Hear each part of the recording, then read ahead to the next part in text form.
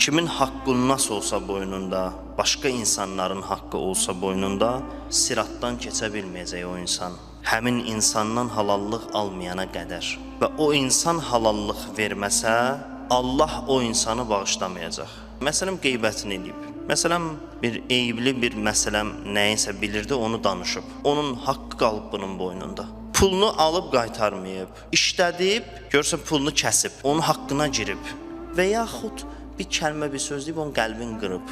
Qəlb qırmaq özü də haqqındadır. Sən ixtiyarın yoxdur ki, kimsə acılayasan. Sən firon deyirsən ki, hamı sənin sözünlə oturub dursun.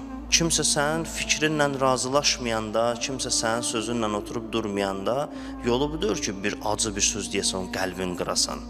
Hər kəs kiminsə qəlbini qırırsa, o haqqı qalır onun boynunda. Bilsin ki, halallıq almasa, onun qəlbini ələ almasa, siratdan keçə bilməyəcək.